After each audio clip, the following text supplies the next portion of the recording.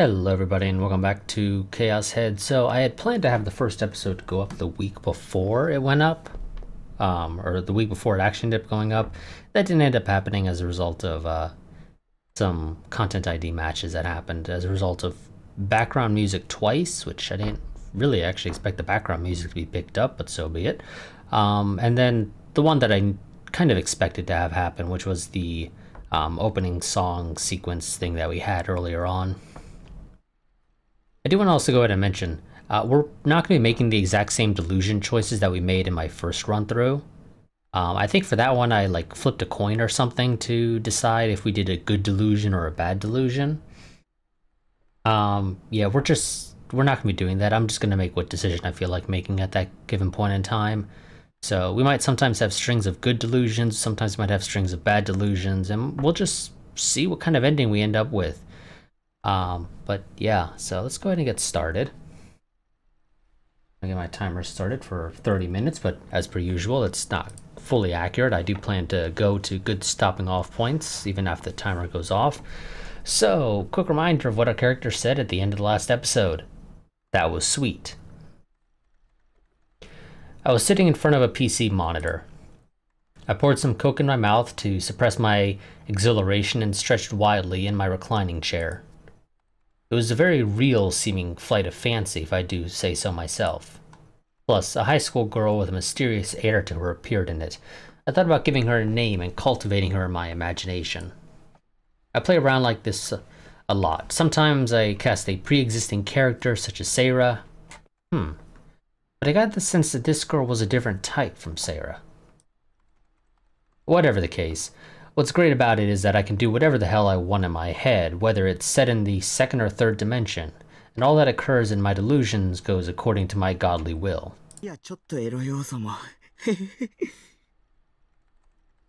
I muttered without thinking as if I were back in my base. When I remembered that I was in a net cafe, I covered my mouth. I quietly studied my surroundings. Well, it's not like anyone was listening. As I hated going out, At Cafe was my sole amusement spot. It was located at the edge of Shibuya's shopping district, and as such, many of its customers were delinquent 3D girls or blittery salarymen, but all the rooms were meant for individual use, so it wasn't a problem. By the way, the room I was currently in, room 37, had been reserved for my use, and it was placed in the furthest back part of the store. It was inconvenient for going to get juice refills, but because not many people went into the nearby seats, it was relatively quiet. I went out of my way to come here once or twice a week on the way back from school in order to log on to ESO with a different ID. In other words, it was like taking a break. Nightheart was a little too well known. I didn't mind that, but having to be a paragon of heroic behavior day after day was pretty stressful. Which is why I had made a different avatar for playing with. The one I use over here is a female character named Liselot. However, Liselot's battle history was pretty terrible. I only used her to make those around her look better in comparison. Today too, I released my stress by playing for about 3 laid-back hours. Afterward, I chatted with my guild friends for a while, getting worked up over stupid and/or arrow topics. It was close to 9 p.m. when I left the store. Around this time of night, there tend to be an especially large number of juvie types in the shopping district. I got the urge to vomit when I saw them sitting here and there along the road like it belonged to them, or grinning crudely while eating fast food hamburgers. If I made the mistake of meeting their eyes, those imbeciles would soon react by attacking me. What savages. People like that aren't human beings, they're just males and females. They don't have a single fragment of social intelligence. Guys like that should go die. Seriously, they should go off and die. Is what I kept thinking, but when you got down to it, it was pointless to respond to them, so I planned to hastily remove myself from the shopping district. It took me a little out of my way after leaving At Cafe. It was my routine to stop by either the nearby Mangadarke, yes, I'm pretty sure I mispronounced that, or Animate stores. Would you read that as Animate or Animite, or as I originally read it, Animite? I don't know. Doesn't really matter. Deciding I would go to Animite today, I headed for the subway's southern entrance. When you come this way, the number of delinquents sharply decreases. The central district was seriously chaotic. Just walking there almost made it hard to breathe. If it were possible, I wouldn't mind, or I wouldn't want to take a single step closer. I wanted all to get destroyed, leaving behind only At Cafe and Manga Darke. Or, yeah, I don't know. It's just, I feel like it should be like Manga Drake just for some reason. It just rolls off the tongue easier, but it's probably a language difference where Manga Darke, it's Manga Drake? I don't know. Sounds okay, but for me as an English speaker, it's just sort of like, it feels like you threw some stuff together and hoped you ended up with a word. Now then, I'll trawl through the comics and Doshinji today as well. Ah, come to think of it, pre-orders for the 5th Baracha DVD should be opening soon, shouldn't they? Before I knew it, I was standing on the narrow street in the Maruyama area that I always used to get back to my base from Animite. Or Animate. Whatever. I blinked multiple times.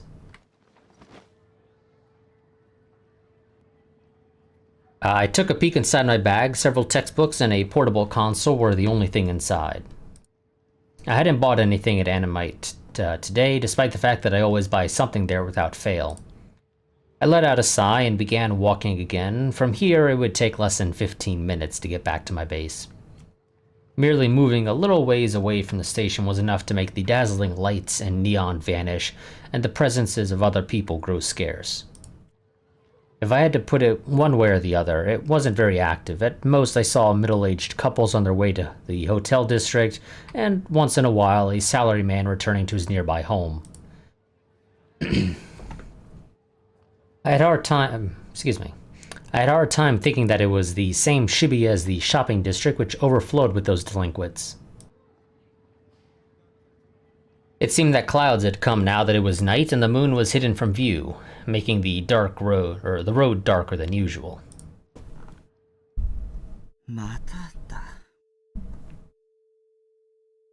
Familiar scenery, a filthy street.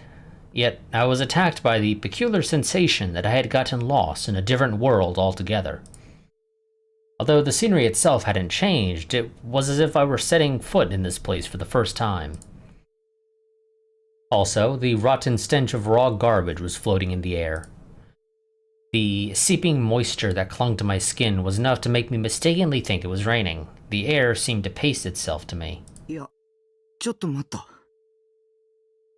When was again referring to? When had I previously experienced Jamais Vu? Which I have to check that one because that one I don't know. There it is. Big one right there at the bottom that I'm completely failing. Okay.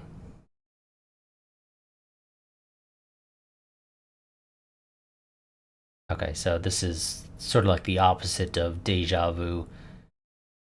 So one should have remembered this scene, but feel like they haven't, or like they've seen it for the first time. Well, deja vu is the opposite. Okay, yeah. I just had to double check on that one, because it's not something I'd ever heard, really. In real life, at least. Damn it, reality and my delusions were getting mixed together. Now my thoughts were starting to resemble the stereotypical analysis offered by some sketchy expert on a TV variety show, weren't they? Anyway, I was certainly experiencing Jamais Vu at this very moment. And that wasn't all. That prickling along the muscles of my neck, the sensation that someone looking down on me from heavens, that should probably be from the heavens, it wasn't a hallucination. No matter how I sped up my pace, the gaze followed me wherever I went. Right now, someone was definitely watching me. The presence of the gaze was just that strong. I wanted to turn around, but in the end, I didn't. This was a game I challenged myself with every once in a while. When I heard some small noise, even if I had the feeling that someone was watching me, I played the "it'll take more than that to make me turn around" game. If I turned around, I would lose. The visions that usually appeared in my head when I sensed the gaze were ghosts with horrifying faces, monsters, things like that. Well, whatever the case, in these past 17 years, there wasn't a single instance of me turning around and actually finding something there. With that limited guarantee of safety attached to it, I came to enjoy this single-player mental game. I would listen carefully to the wind, raise one eyebrow and make a dubious face, try saying manga-esque lines, because the reason I didn't turn around wasn't because I was scared or anything. 貴様、見ているな。その目誰の目？なんちゃって。I had meant to make an urgent show of my own nonchalance, but before I realized it, my feet had stopped. Sensing a faint alteration in the strained air, I cowered. At some point, my face had become soaked with sweat, and my knees seemed about to start knocking. Unable to bear it any longer, I turned around. I lost the game. But there's no one behind me after all. There weren't even cars passing. What was this sense of displacement? The ringing in my ears stopped. I noticed the sound only when it stopped. Up until then, I had been hearing a sound like my ears ringing. Up until then, I had completely failed to recognize the fact that they were ringing, not they was. And now I heard nothing. A silence so sudden it seemed like a lie, especially smack in the middle of a city. I had the feeling that I should be able to hear any sounds out there with incredible clarity. I shut my eyes tight and focused on my hearing.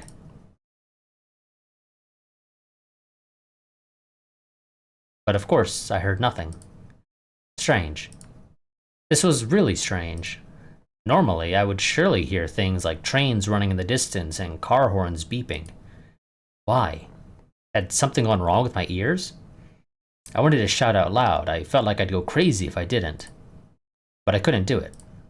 It was too quiet, and the thought that breaking this silence might bring about something terrible made me hesitate.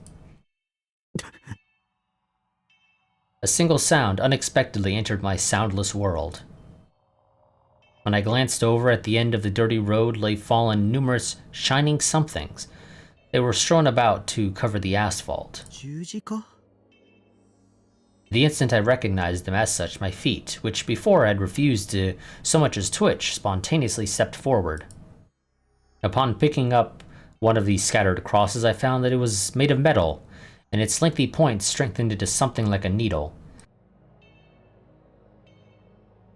A stake? Or a nail? Because it was Because it was shaped strangely, I had mistaken it for a cross. I felt buoyant as I gripped the stake in my hand. I could hear it. The softly resounding sound of something or other. A chilly sound, one that made the muscles of my back freeze up. It came to me at intervals. My feet wouldn't stop. I continued walking as though my consciousness were being sucked in that sound's direction. Was I being driven by morbid curiosity? Or was it because I wanted someone to save me? Because I wanted to be lifted out of that soundless world? This was turning out almost like a German folktale. How did it go? That's right, the Pied Piper of Hamelin. Over 100 children were lured away by the sound of his pipe. The sound didn't stop. The unpleasant sound of something being hammered grew closer and closer as I continued forward. The sound was coming from the depths of a narrow alleyway to my left. If I turned the corner, I would discover its source. Why didn't I think of drawing back? The idea didn't even occur to me. It was as though I was being made to move by something outside me. So I turned the corner, and what leapt into my eyes was, floating up out of the darkness, a brilliant red. My first reaction was to think, I've seen this object art somewhere before. That and, it doesn't look real. Some of the screws holding together my heart might have gotten blasted away. My senses might have gone numb. If I were my usual self, terror would have made me let out a pathetic scream, collapse, and urinate on the spot.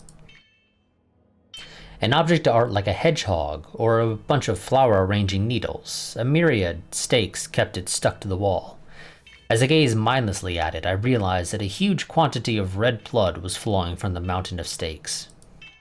The brilliant red I had initially seen was a puddle of blood, lit by the weakened light of the street lamps that just barely reached it.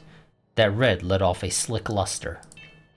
Moreover, a bunch of shiny, flesh-like lumps that I couldn't identify were lying around. I started to suck in my breath, but at some point my throat had dried up, and not a single drop of saliva ran down it. I had realized that the thing pinned by the stakes was a human corpse. It was done too immorally, too mercilessly, too thoroughly. And the one who had done so, the one who had driven this many stakes into the concrete, was a single girl. If I were to say how I knew that, because a girl gripping a bundle of stakes with scarlet-painted hands was, at this very moment, standing still in front of the object art. Since her back was facing me, I couldn't tell what kind of expression she was making, but the uniform she wore was from Suame. The rotten garbage-like smell I had sensed earlier reached my nose more and more vividly, making nausea come at me in intervals. Unable to tolerate it, I covered my mouth and struggled to keep my stomach acid from bursting out. At that point, I finally remembered the origin of my ChäoS vu, the feeling that I had seen this somewhere before. あの時の将軍のリンク写真。 I raised my voice without meaning to, without realizing that such an action was fatal. At the sound of my voice, her bloody-dyed shoulders shivered, and she slowly turned to face me. Her gaze pierced through me, such dark eyes. She had killed somebody. She looked at me, widening her eyes as though shocked, then shifted to a tearful smile and squeezed her voice out. よかった。 She murmured. Glad? What was there to be glad about? More importantly, in a situation like this, why would she see me and smile? Her meaning was unclear. It was so unclear that something cold ran down my spine, and I hastily averted my eyes. I reflexively thought, I don't want to get caught up in anything weird. I couldn't talk to real girls while looking them in the eye, and even setting that aside, she was unmistakably a murderer. The police would come soon, and I was hungry. Right, that's why I should go home. I should leave right this second. If not, I'll go insane. She abruptly called my name, even though it was the first time we'd met, and I hadn't given her my name. あなたに会いたかった。 As she watched me, her lips twisted in a horrifyingly fearless smile, like those of a demon. I screamed. While screaming, I ran blindly. I went on yelling as it became hard to breathe, and whatever happened, I desperately kept running. I turned just once to look behind me, but she hadn't come chasing after me.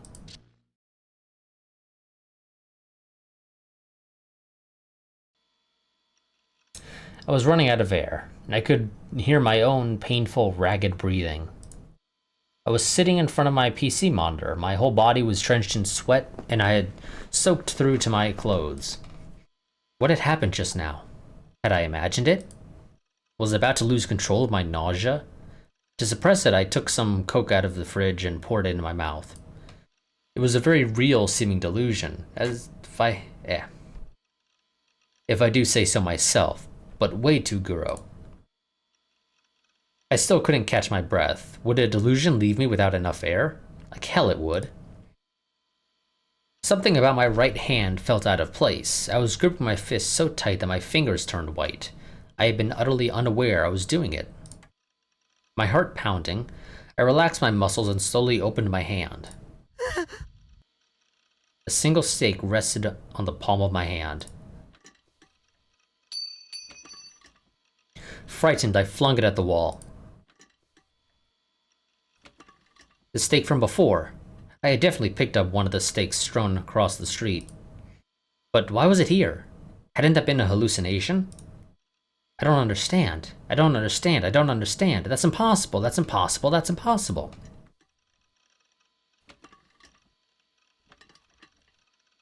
Hugging my head, I stumbled aimlessly around my room. For starters, I had to find out whether the ghastly scene I'd witnessed just a little while ago had been reality or the product of my delusions. Or so I thought.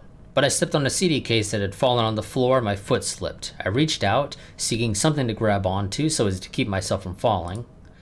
What I grasped was the edge of the shelf where my wives were lined up. Shit, I thought, but it was already too late. Unable to support myself, I collapsed on the floor. Above me, my prettily arranged figurines came pouring down in huge numbers. God damn it. This was bad as it got. Everything was at its absolute worst.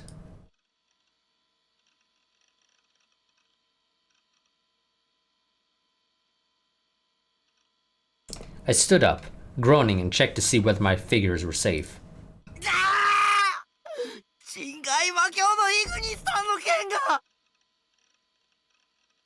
It had broken neatly in half, despite the fact that I'd bought this in an online auction at a premium price.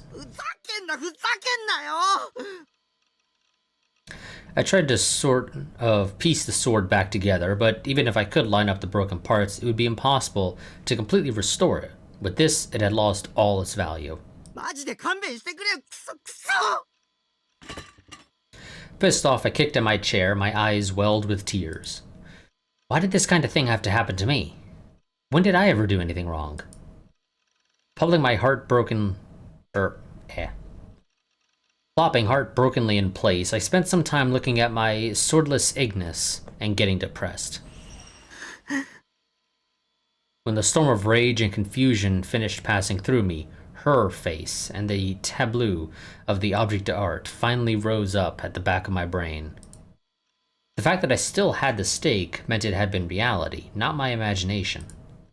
I didn't want to, but I had no choice but to acknowledge it. Tomorrow, no doubt, the mass media would be in an uproar.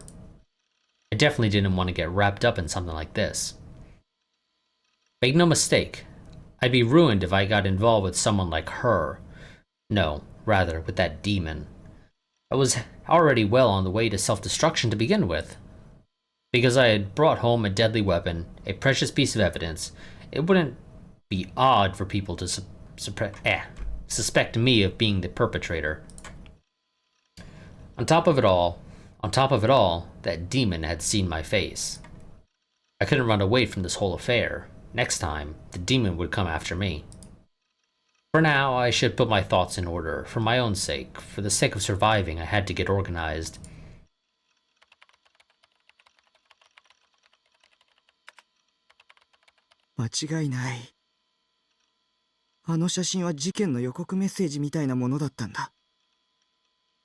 If not, there was no way she would duplicate the killing method so faithfully. That girl must have begun by using composite photos to meticulously simulate the scene of the crime, and then onto the crime itself. Although she'd probably call it her work of art. That's what it means to be a psycho. She must have tried to carry everything out to perfection. 頭がおかしいよ。でもどうしてそれを僕に。そもそもあの女はナイトハルトが僕だってどうやって知った？僕の名前をどうやって知った？ What should I do? That demon would come to kill me soon, I knew it. If she knew my name and email, there was a strong chance that she'd also found out my address. Seated in my chair, I hugged my knees and buried my face in them. The abnormal killing method I'd seen yesterday, when I thought that I might be killed the same way, I couldn't keep my cool in the slightest. 死にたくない、死にたくない、死にたくない、死にたくない、死にたくない、死にたくない、死にたくない、死にたくない、死にたくない、死にたくない、死にたくない。大丈夫。Sarah lay in front of my monitor and smiled at me. さっきあなたはこの部屋に引きこもってればいいんだよ。したらあの悪魔だって手出しできないっしょ。そのうちに警察がうまく捕まえてくれるって。それまでは誰も信じちゃダメ。誰の言葉にも耳を傾けちゃダメ。悪魔ってさ、人の心の隙間をついてくるのが好きなんだよね。油断すんのはノー。できるっしょ、タッキー。でもセーラ、逃げるが勝ちってよく言うし。No, no, they don't. 三次元のことなんてきれいさっぱり忘れちゃえばいいさ。あなたには一切関係ないことだって思えば気が楽っしょ。関係ないこと考えたって無駄無駄さ。いいこと教えてあげる。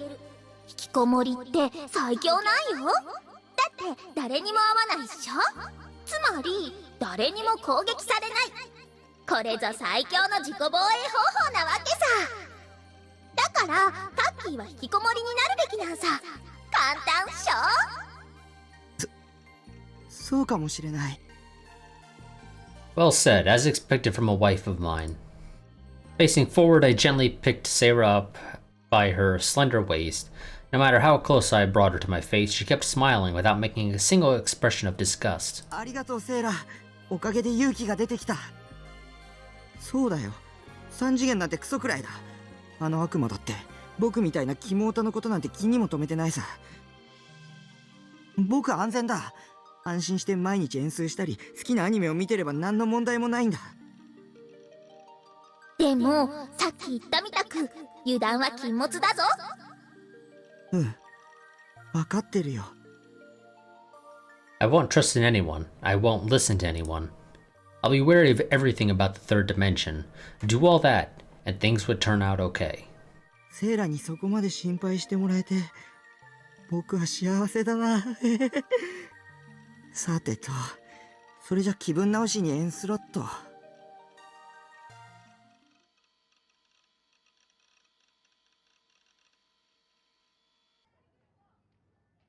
杭を打て杭を打て A clear voice resounded late at night in Miyashita Park. A pedestrian bridge running across Meiji Highway, cars passed incessantly beneath it. Leaning against the bridge's railing, and showing no sign of being disturbed by the noises of the traffic, the girl they called Fess was singing. Is it Fez or Fess? I think it's Fess. I don't recall. 闇夜を切り裂き月光を浴びて Or do you pronounce each one as an individual letter, so it's F-E-S, and you don't say it as a word?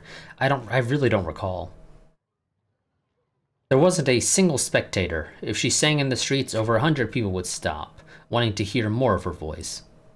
But now, Fess was deliberately, peacefully letting her existence melt away into the curtain of night. It probably should be the curtain of the night. 幾千もの鉄鎚は汝の痛みとなりて今解き放たれる Okay. And wanted to make sure she was done. She was content simply standing quietly here in this place. By doing so, she might become one with the darkness and be released, if only for a second, from the tainted air of this city called Shibuya. That was the feeling Fess had. やがて叫びは宙に舞い夜空は赤く染まるだろう Fess glanced up at the night sky. The clouds that previously covered it in its entirety were clearing up, little by little, and a trace of moonlight shone through them. But the star's hesitant winking was erased by Shibuya's blazing city lights. 十字の杭は力となりやがて聖域へとたどり着く Bess closed her mouth and slowly raised her hand toward the sky. その目誰の目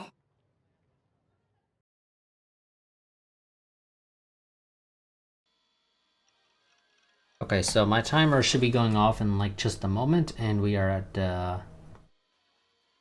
at just about 30 minutes. So we're gonna go ahead and end this part here. This seems like a good cutting off point. I'll typically, whenever my timer goes off, I'll basically run to the next scene more or less. But if we're approaching 30 minutes and we transition into a new scene, we'll end it there. So some episodes will be longer than 30 minutes. Some might be a little bit under sometimes. It just depends. But so I will see you all next time. Excuse me. I will see you all next time. As always, like, comment, subscribe, share. Quick reminder that I do have a Patreon, so if you find yourself enjoying the content on the channel, whether that be this series or any of the other series I have on the channel, maybe consider becoming a patron. For as little as $1 a month, you'll get early access to all my videos, and it helps the channel out immensely if a lot of people go and become patrons. Well, yeah, if people become patrons, it helps. Period. Doesn't really matter about the numbers necessarily, but because every little bit helps, even if it's at only $1 a month, or if you decide to do it at a higher tier because you really enjoy the content. There's no real difference in terms of what you get for the various tiers. Realistically, that's more so just show more support. The biggest difference between the various tiers on Patreon are that you get a different title in the Discord server if you join it, with higher tiers obviously having a higher tier name, but it's not an actual difference in terms of real content. You don't get any special rights in the Discord server if you're at a higher tier or anything like that. It's just a case of you just get a different title, or well, role technically as Discord calls them. That just is a higher rank basically. And then, yeah, as you should have been able to infer by me mentioning the Discord server, I also have a Discord server. You can find a link to that down in the description as well. I do recommend that you join it. That is my go-to place for posting about channel happenings. And it is probably one of the easiest places to get in contact with me, outside of YouTube. So I will see you all next time, but until then, goodbye and farewell.